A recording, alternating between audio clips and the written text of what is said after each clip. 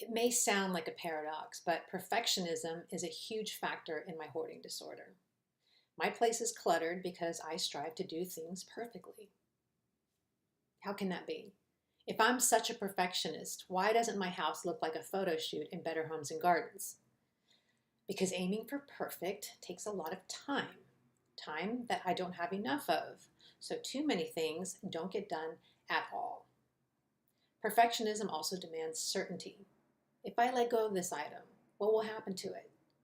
I need to know that it's going someplace where it'll be used and not just end up in a landfill. Otherwise, I can't let it go. If I don't feel certain about making a decision, I'll put it off completely and make no decision at all.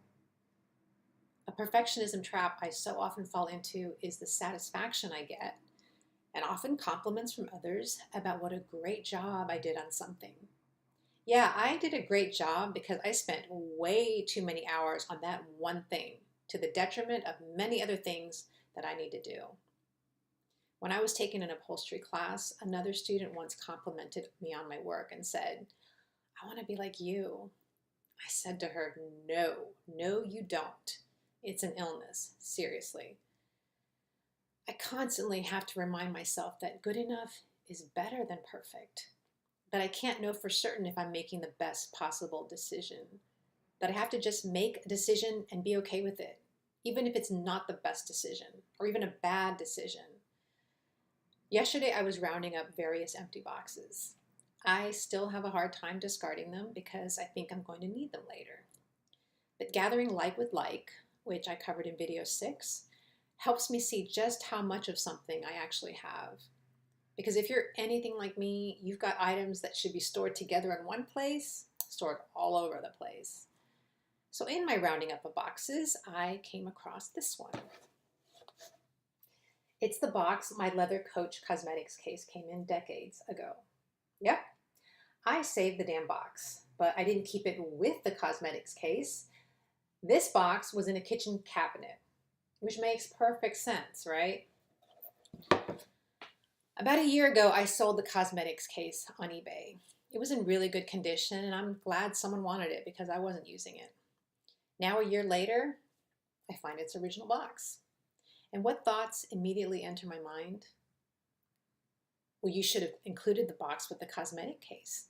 That would have made their purchase nicer.